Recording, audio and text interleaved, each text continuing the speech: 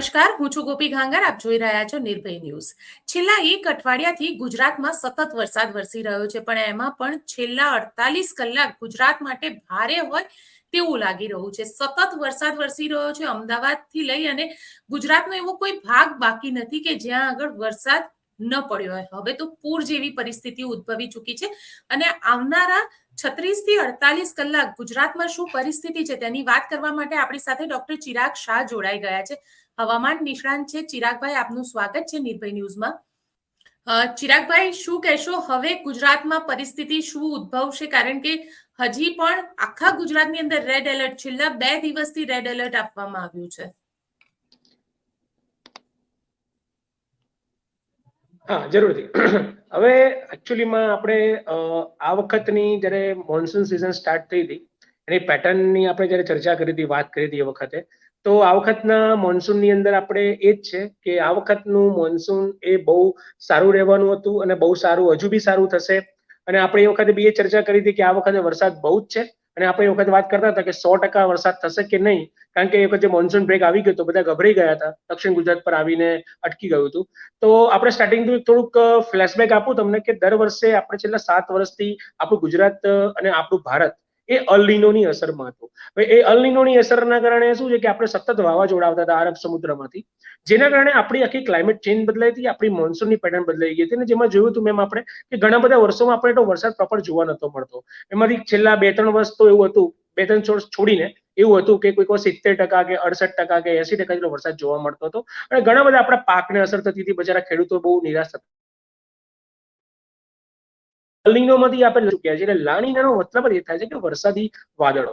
અને લાનીના એક એવી સિસ્ટમ છે ક્લાઇમેટની કે જેની અંદર આપણને વરસાદનું જોર વધારે જોવા મળે. જે આપણે કહેતા હતા ને કે આજથી 15 થી 20 વર્ષ હેલી જેવી રચના કે જે 6 કે 7 દિવસની હેલી આવે, વરસાદ લઈને આવે, એ સેમ વસ્તુ આપણે લાનીનામાં જોવા મળે છે. બસ એને જ ટેકનિકલી આપણે ઇંગ્લિશમાં અને ક્લાઇમેટની ભાષામાં આપણે લાનીના કહીએ છીએ. તો હવે આ લાનીનાની અસરની અંદર એક પહેલો ફેઝ બહુ સારો ગયો. એની અંદર પણ ઉત્તર ગુજરાત ને મધ્ય ગુજરાત રહી ગયો. તો એમાં બી ઘણા બધા પ્રશ્ન તર્ક વિતર્ક ઉત્પન્ન થાય કે આ ઉત્તર ગુજરાત શું થશે, મધ્ય ગુજરાત શું થશે, કારણ કે આપણું મેક્સિમમ કપાસ ને બધું ઉત્તર ગુજરાતમાં થતું હોય છે. તો એ વખતે મેં એ જ કીધું હતું કે ચિંતા ના કરો, હજુ આપણું બીજો રાઉન્ડ બાકી છે, ત્રીજો રાઉન્ડ પણ હજુ બાકી છે. તો જે બીજા રાઉન્ડમાં અત્યારે આપણે જે પ્રવેશી ચૂક્યા છે એમાં જોઈ રહ્યા છે કે છેલ્લા 3 દિવસથી, એટલે શુક્રવારની રાતથી શરૂઆત થઈ છે, એટલે 23 તારીખથી, તો અત્યાર સુધીમાં આપણે ઉત્તર ગુજરાત ને મધ્ય ગુજરાતમાં મતલબ જે વરસાદ જોયો છે, જેનું જોર જોયું છે, અને મારું જે કહેવા પ્રમાણે, અનુમાન પ્રમાણે પણ સાચા પડ્યા છે કે સતત વરસાદ પડશે. ઉત્તર ગુજરાતમાં, મધ્ય ગુજરાતમાં એવો વરસાદ આવશે કે આપણને લગભગ 10 ઇંચ ઉપર વરસાદ જોવા મળશે, જેના કારણે અત્યારે રાજકોટ અને આપણે વડોદરામાં જે પૂર જેવી સ્થિતિ પણ સર્જાઈ ગઈ છે. તો આવનારા જે 4 દિવસ છે, એમ તો અત્યારે આમ તો હું મારી દ્રષ્ટિએ, મારા અનુમાન પ્રમાણે હું 48 કલાક કહું, એટલે આજની 27 તારીખ ને 28 તારીખ, આ 2 દિવસમાં પણ આખા ગુજરાતમાં એક પણ જિલ્લો બાકી ના રાખતા, એટલે આપણે વાત કરીએ પૂર્વ ગુજરાતની વાત કરીએ, દાહોદ, પંચમહાલ, ત્યાં પણ ભારેથી અતિ ભારે વરસાદની આગાહી છે. ઉત્તર ગુજરાતમાં ફરતી કહું છું, બનાસકાંઠા, સાબરકાંઠા, મહેસાણા, પાટણ, ત્યાં પણ ભારેથી અતિ ભારે વરસાદની આગાહી છે. મધ્ય ગુજરાતમાં અમદાવાદ, વડોદરા અને ગાંધીનગર એ હજુ બી આજે રાત્રે 10 વાગ્યા સુધી રેડ એલર્ટમાં હું મારા મોડેલના અનુમાન પ્રમાણે કહું છું. કારણ કે આનો જે વાદળનો જે વ્યાપ છે અને એનો જો વ્યાસની જે રચના છે અત્યારે એ મધ્ય ગુજરાતના સેન્ટરમાં સ્થાપિત થયેલી છે, જેના કારણે આપણે કાલે અમદાવાદમાંથી અને બરોડા અને જોઈ રહ્યા છે ખેડા જિલ્લામાં વરસાદ અતિ અવિરત પડી રહ્યો છે અને હજુ વરસાદ ચાલુ જ છે. તો હવે આવનારા 3 દિવસોમાં, એટલે 2 દિવસોની હું વાત કરું પહેલા, આજની ને કાલે, કે મધ્ય ગુજરાત ને ઉત્તર ગુજરાત અને દક્ષિણ ગુજરાતમાં આપણે ભારેથી અતિ ભારે વરસાદ જોવા મળશે. એની સાથે સાથે ગુજરાતના તમામ જિલ્લાઓની વાત કરીએ આપણે કે કોઈ પણ ગુજરાતનો વિસ્તાર બાકી ના રહે, એ બધા વિસ્તારમાં આપણને આવનારા 48 કલાકમાં ભારેથી ભારે વરસાદ જોવા મળશે. હવે બુધવાર અને ગુરુવાર સવારના 10 વાગ્યા પછી, ગુરુવારના સવારના 10 વાગ્યા પછી આ જે રચનાની સિસ્ટમ જે સક્રિય થઈ છે, એકચ્યુઅલી અત્યારે 3 સિસ્ટમનું આજે આપણે અત્યારે રૂપાંતરણ જોઈ રહ્યા છે. આ 3 સિસ્ટમમાંથી 2 સિસ્ટમ થોડી નબળી પડી જશે અને એ 2 સિસ્ટમ નબળી પડવાના એનું જે જોર છે, એ જોર લગભગ આપણા મધ્ય ગુજરાત અને દક્ષિણ ગુજરાતથી ઘટી જશે અને ત્યારબાદ કચ્છનો જે વિસ્તાર છે અને સૌરાષ્ટ્રનો જે વિસ્તાર છે, લોકોએ કચ્છને બાકાત રાખ્યું છે, પણ હજુ ગુરુવાર અને શુક્રવાર સુધી, એટલે હું કહું છું ગુરુવાર સવારના 8 વાગ્યાથી લઈને શુક્રવાર રાત્રે 12 વાગ્યા સુધીમાં આપણે કચ્છના વિસ્તારમાં અને થોડા ઘણા દરિયાકાંઠાના વિસ્તારોમાં, સૌરાષ્ટ્રને ગણો કે દ્વારકાને ગણો, ત્યાં પણ ભારેથી અતિ ભારે વરસાદ પડેલી સ્થિતિ છે. બીજું તમને આ મીડિયાના માધ્યમ દ્વારા અત્યારે એવું કેવું છે કે હાલના મેં મોડેલની અંદર એક વસ્તુ મેં જોઈ છે કે જેમાં જે અત્યારે સ્થિતિ આપણા મધ્ય ગુજરાતમાં સર્જાઈ છે કાલથી લઈને આજ સુધીમાં, એ સેમ સ્થિતિ ગુરુવાર અને શુક્રવારમાં હમણાં હવામાન વિભાગ બી ડિક્લેર કરશે સાંજ સુધીમાં કે એ સેમ સ્થિતિ કચ્છમાં સર્જાઈ શકે એવી ઉપસ્થિતિ બની શકે એમ છે. અને પાછળનું એક જ કારણ છે કે આપણે જે બંગાળની ખાડીમાં જે પ્રેશર ક્રિએટ થયું હતું, એ પ્રેશર લો પ્રેશર થઈને મધ્યપ્રદેશથી આપણા ગુજરાતના પશ્ચિમ ઉત્તર તરફ પ્રયાણ કરી ગયું હતું. અને બીજું આપણા જે અરબ સમુદ્રની અંદર જે ઓબસ્ટ્રક જે વીક થઈ ગયું હતું એ સક્રિય થયું હતું. અને આ બે સિસ્ટમના કારણે ત્રીજી સિસ્ટમ રાજસ્થાનના ઉપર આપણા ઉત્તર ગુજરાતના ઉપરના ભાગમાં ત્રીજી સિસ્ટમ સક્રિય થઈ. આ ત્રણેય સિસ્ટમની વચ્ચે આપણું ગુજરાત અત્યારે ઘેરાયેલું છે, જેના કારણે આપણે અત્યારે ભારેથી અતિ ભારે વરસાદ જોવા મળી રહ્યો છે. અને એવું બી બની શકે છે હજુ બી આજનો દિવસ ને કાલના દિવસમાં કે ઇતિહાસ કદાચ ફરતી રચાય અને કદાચ કોઈ જગ્યાએ 12 થી 14 થી 15 થી પણ વધારે વરસાદ પડવાની સંભાવના હજુ છે. એવી સ્થિતિમાં હજુ આપણે છે, મતલબ એવી હજુ ભયજનક સ્થિતિ આપણે બહાર નીકળ્યા નથી. આ સ્થિતિ ક્યાં સુધી રહેશે? કારણ કે અત્યારે જે સ્થિતિ જોવા મળી રહી છે, છેલ્લા 48 કલાકથી સતત વરસાદ વરસે છે. અમદાવાદ હોય, રાજકોટ હોય કે પછી અલગ અલગ વડોદરાના વિસ્તાર હોય, મહેસાણા, ઉત્તર ગુજરાતમાં પણ એટલો જ વરસાદ છે. અને કચ્છની અંદરથી પણ એવા જ સમાચાર છે કે ત્યાં પણ સતત વરસાદ ગઈકાલથી જે છે વરસી રહ્યો છે. આ વરસાદ ક્યાં સુધી આપણને જોવા મળશે? હાલમાં અત્યારે મેમ એવું છે કે લગભગ 28 તારીખ સુધીમાં આખા ગુજરાતની અંદર આ સિસ્ટમનું જોર રહેવાનું છે. એટલે આમ આપણે અનુમાન કરવા જઈએ તો આજે 27 તારીખ ને 28 તારીખ 2 દિવસ તો હજુ બી આપણે ગુજરાત, તમે બી વાત કરીને હું પણ કહી રહ્યો છું કે ગુજરાતના તમામ જિલ્લામાં આપણે વરસાદની સ્થિતિ રહેશે. અને અમુક જિલ્લાને અમુક વિસ્તારમાં અમુક આઇસોલેટેડ સ્પેસીસને બાદ કરીએ તો મેમ ભારેથી ભારે વરસાદની હજુ બી કાલે બુધવાર રાત્રે 10 વાગ્યા સુધીમાં એની સંભાવના છે. અને વરસાદનું જોર ક્યારે ઘટશે, મેં હમણાં આપને હાલમાં વાત કરી કે ગુરુવાર સવારના 10 વાગ્યા પછી મધ્ય ગુજરાત, ઉત્તર ગુજરાત, દક્ષિણ ગુજરાત અને પૂર્વ ગુજરાત, હું આ 4 વિસ્તારની વાત કરું છું, ત્યાં આગળથી આપણને જે વરસાદનું જે ભયજનક સ્થિતિ છે અને વરસાદનું જે જોર છે ત્યાં આગળ આપણને ઘટતું જોવા મળશે અને ઘટી જશે, 99% ઘટી જશે. પણ એના સિવાયના પશ્ચિમ ગુજરાતની વાત કરું અને સૌરાષ્ટ્રની વાત કરું, એમાં ગુરુવાર અને શુક્રવાર 28 ને 29 ઓગસ્ટ એ ત્યાં ભારેથી ભારે વરસાદ પડશે. એટલે આખા ગુજરાતની અંદર જો તમે મને પૂછવા માંગતા હો કે આખા ગુજરાતની અંદર જો વરસાદ સ્થિતિ કે ક્યારે નોર્મલ થશે, ક્યારે થશે, તો લગભગ 30 ઓગસ્ટ પછી આપણને પ્રોપર આ જે સિસ્ટમનું જે જોર છે એ ગુજરાત પરથી ઓછું જોવા મળશે. એ 30 ઓગસ્ટ સુધી તો આપણે આ વસ્તુ જોવાની જ રહી છે. અને હજુ આવનારા 4 દિવસોમાં મેં તમે જે કીધું એ પ્રમાણે જિલ્લાઓમાં આપણને ભારેથી ભારે વરસાદ જોવા મળશે. સાથે સાથે એક સવાલ એ પણ છે, કારણ કે કચ્છ અને સૌરાષ્ટ્રનો જે અમુક ભાગ છે એ વિસ્તારોની અંદર હવે આજથી વરસાદ શરૂ થયો છે. મોટાભાગનો વિસ્તાર આમ જોવા જઈએ, જામનગર વાળો જે આખો વિસ્તાર છે ત્યાં આગળની પરિસ્થિતિ તો આજથી જ ખરાબ થવા લાગી છે.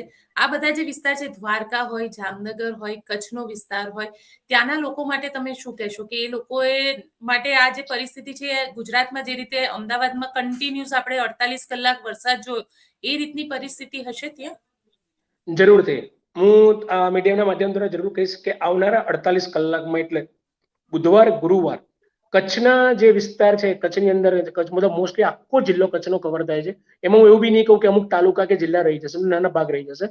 કારણ કે હવે જે આપણે પ્રેશર મેમ આવ્યું હતું એ જે ઉત્તર ગુજરાતની ઉપરથી પ્રસ્થાપિત થયું હતું, હવે જેના કારણે અત્યારે આપણે વરસાદ જોઈ રહ્યા છે. હવે એ ધીમે ધીમે પશ્ચિમ ઉત્તર તરફ એટલે આગળ જઈને એ દરિયામાં મતલબ અરબ સમુદ્રમાં સમાઈ જશે 29-30 તારીખ પછી. તો હવે એની જે આઈ છે, મતલબ એનો જે મિડલ ઝોન છે, જેનો આપણે વાદળનો જે વ્યાપ કહીએ છીએ, એ વ્યાપ હવે કચ્છ તરફ પ્રયાણ કરી રહ્યો છે. જેના કારણે કચ્છની ઉપર એટલે કચ્છનો બી જે વિસ્તાર હોય એ કચ્છથી લઈને નીચે દક્ષિણ સુધીમાં આપણે આવીએ તો કચ્છની નીચે આપણે દ્વારકા, પહેલું દ્વારકા, પછી પોરબંદર છે, નીચે દાદરાનગર હવેલી છે, અને વચ્ચેમાં જામનગર છે, અમરેલી છે, ભાવનગર છે, જુનાગઢ છે. એટલે જુનાગઢ, ભાવનગર અને અમરેલીની અંદર એટલું બધું નહીં, પણ હું જે બાકીના જે જિલ્લા હું જે બોલું છું અત્યારે, કચ્છનો જે વિસ્તાર છે, દ્વારકા છે, સોમનાથ છે અને દાદરાનગર હવેલીમાં આપણને ભારેથી અતિ ભારે વરસાદ આવનારા 48 કલાકમાં છે. તો માછીમારો તો ઓલરેડી આપણે બધા એનડીઆરએફ ને એસડીઆરએફ મેં કહી દીધેલું છે, માછીમારો બહાર ના નીકળે. હું તો જાહેર જનતાને એવું વાત જોડે વિનંતી કરવા માંગુ છું કે આવનારા 48 કલાકમાં તમે કામ વગર ઘરની બહાર ના નીકળો. આવનારા 48 કલાકની અંદર તમે જે બી જરૂરી સામાન હોય, કદાચ તમને એવું લાગતું હોય કે આપણા સોસાયટીમાં વરસાદથી પાણી ભરાય છે કે કોઈ એવા નજીકના દરિયાકાંઠાના વિસ્તારોમાં રહેતા હોય કે નદીના વિસ્તારોમાં રહેતા હોય, એ લોકો તો સતત આપણા જે મ્યુનિસિપાલિટી કોર્પોરેશન કે જે સરકારના જે મેસેજીસ આવતા હોય સતત કમ્પ્લેન અને એવા મીડિયાના માધ્યમ દ્વારા સતત ન્યૂઝ જોતા રહેવું જોઈએ, મોબાઈલ ફોન ચાર્જ રાખવો જોઈએ. કારણ કે એવી સંભાવના બની શકે છે કે જે અત્યારે વડોદરા અને રાજકોટની અમદાવાદની જે સ્થિતિ છે એવી સ્થિતિ કચ્છની અંદર, જામનગર, દ્વારકાની અંદર ફરતી સર્જાઈ શકે તેવી પૂરેપૂરી સંભાવના હાલના સંજોગોમાં 48 કલાકમાં દેખાઈ રહી છે. કારણ કે જે વાદળનું મતલબ જે સિચ્યુએશન છે એ સિચ્યુએશન સેમ એની બાજુ હવે શિફ્ટ થઈ રહી છે. અને આ જ વાદળ મધ્યપ્રદેશની અંદર પણ મતલબ હચમચાવીને આવેલો છે, જે આપણા ઉત્તર ગુજરાત, દક્ષિણ ગુજરાતની અત્યારે સ્થિતિ ક્રિએટ કરી છે. સેમ વસ્તુ અત્યારે કચ્છમાં, દ્વારકામાં અને સૌરાષ્ટ્રમાં થઈ શકે તેમ છે આવનાર 48 કલાકમાં. હવાની ગતિ પણ જોવા મળશે? જી જરૂર. હવાની ગતિ અત્યારે મને એક વસ્તુ બહુ સારી લાગી એમાં, કે આપણે કાલે અમદાવાદની વાત કરું તો અમદાવાદમાં કાલે સાંજે 4-5 વાગે બી ઘણા બધા આવી રીતના અમારા મીડિયાના મિત્રો છે એ લોકો ટેન્શનમાં આવી ગયા કે જો ચિરાગભાઈ હજુ વરસાદ વધ્યો મતલબ રહેશે તો કદાચ એવું બની શકે જે આપણે 2000ની સાલમાં 20 ઇંચ અમદાવાદમાં વરસાદ આવ્યો તો અમદાવાદ પાણી થઈ ગયું હતું તો એ સ્થિતિ હવે 10 ઇંચમાં થઈ જાય. એનું કારણ એ છે કારણ કે હવે આપણે બ્રિક્સ નાખી દીધી, બ્લોક સિસ્ટમ નાખી દીધી છે. એની સામે પોપ્યુલેશન એટલું વધી ગયું છે, ડ્રેનેજ લાઈનો એટલી બધી વધી ગઈ છે. પણ એની સામે જે એક યોગ્ય નિકંદન કરવું જોઈએ ને એ યોગ્ય નિકંદન મ્યુનિસિપાલિટી કોર્પોરેશન દ્વારા થતું નથી. તો બધા મિત્રો ટેન્શનમાં હતા અને મેં એમને કીધું કે જો હવાની ગતિ વધે ને તો કદાચ બની શકે કે આપણે વરસાદની ઘટ થાય. અને જોયું મેં કાલે સાંજના 4 વાગ્યાથી આપણે હવાની સ્પીડ જે ગતિ હતી 20-25 કિલોમીટર પ્રતિ અવરની જગ્યાએ અત્યારે 35 થી 48 કિલોમીટર થઈ ગઈ છે. જેના કારણે વાદળો ખસે, જેના કારણે વાદળની સ્થિતિ બદલાય અને જેના કારણે જે બી શહેર હોય કે જે બી જિલ્લો હોય એની ઉપર વરસાદનું પ્રમાણ થોડુંક કહેવાય કે 10 થી 20% ઓટોમેટિકલી ઘટી જાય, જેમ હવાની ગતિ. એટલે આવનારા દિવસોમાં પણ પવનની ગતિ અત્યારે હાલના સંજોગોમાં હું તમને કહું તો 35 થી લગભગ 48 કિલોમીટરની રહેવાની છે. પણ જો આ પવનની ગતિ અત્યારના કોઈ સંજોગોમાં એવું લાગતું નથી કે વધે, બની શકે ઘટી શકે.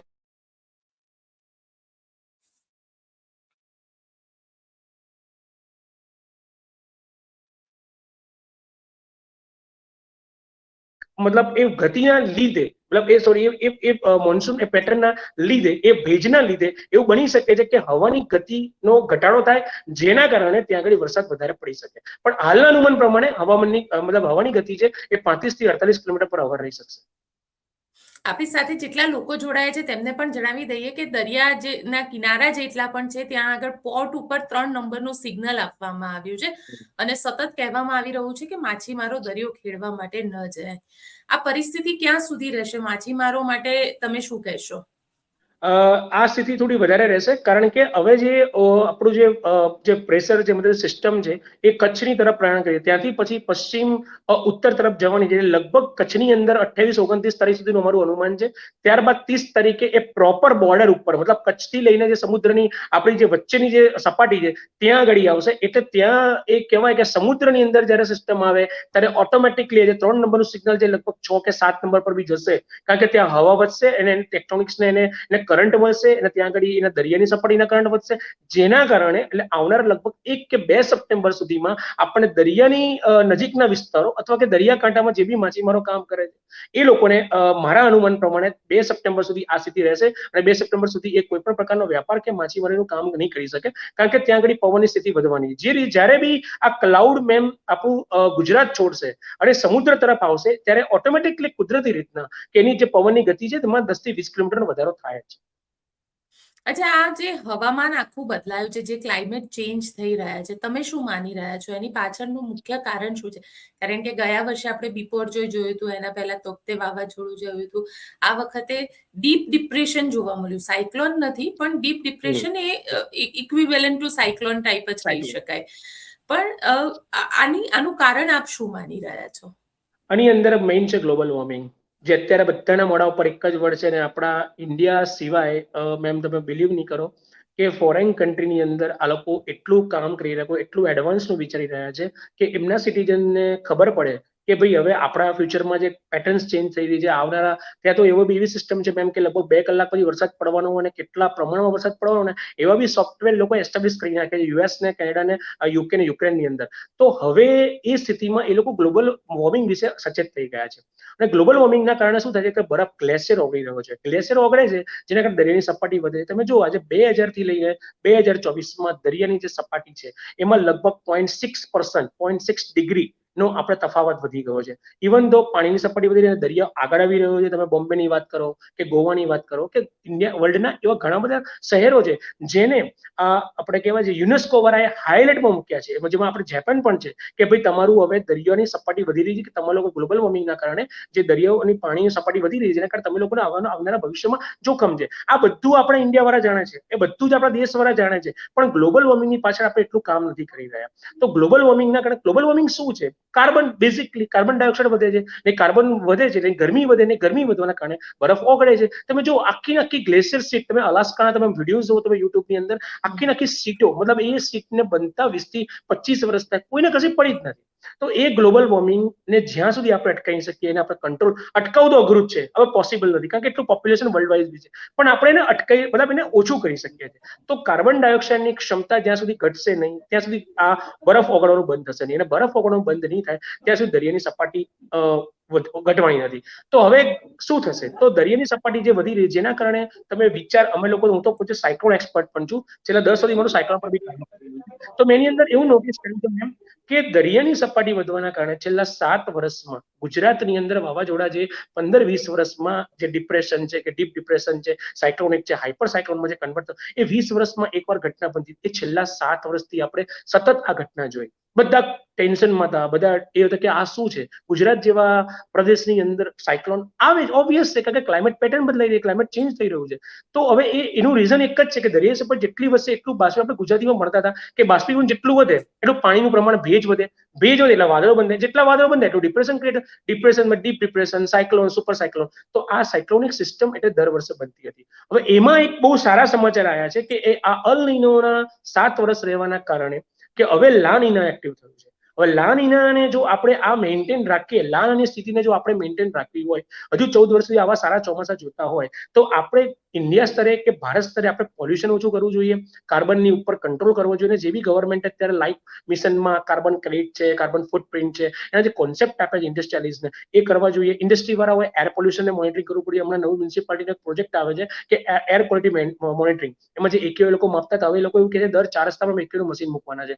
તો આ બધી વસ્તુ જ્યાં સુધી નહીં કરે, જ્યાં પબ્લિકને નહીં સમજાવવામાં આવે, પબ્લિકની વચ્ચે નહીં ઉતરવામાં આવે, ત્યાં સુધી આપણે ગ્લોબલ વોર્મિંગને કંટ્રોલ નહીં કરીએ. એટલે આ ગ્લોબલ વોર્મિંગના કારણે ક્લાઇમેટની કન્ડિશન, ક્લાઇમેટની ચેન્જ બદલાઈ ગઈ છે. ઋતુ ચક્ર બદલાઈ રહ્યું છે કે પહેલા એવું હતું કે શિયાળો લાંબો હતો, ચોમાસું પ્રોપર પડતું હતું, ઉનાળો પ્રોપર પડતો. હવે તો એવું બને છે કે આપણે 12 મહિનાની અંદર આપણે 7 થી 8 મહિના આપણે એર કન્ડિશન યુઝ કરવું પડે છે. બાકી મને પોતાને યાદ છે કે ધાબા પર જે ઊંઘવાની મજા હતી ઉનાળા સમર વેકેશનમાં, અત્યારે નથી સુઈ શકતા આપણે. આપણે 12, 12:30, 1, 1:30 વાગ્યા સુધી આપણે એટલી બધી વરાળ ને ગરમ પવન આવે છે.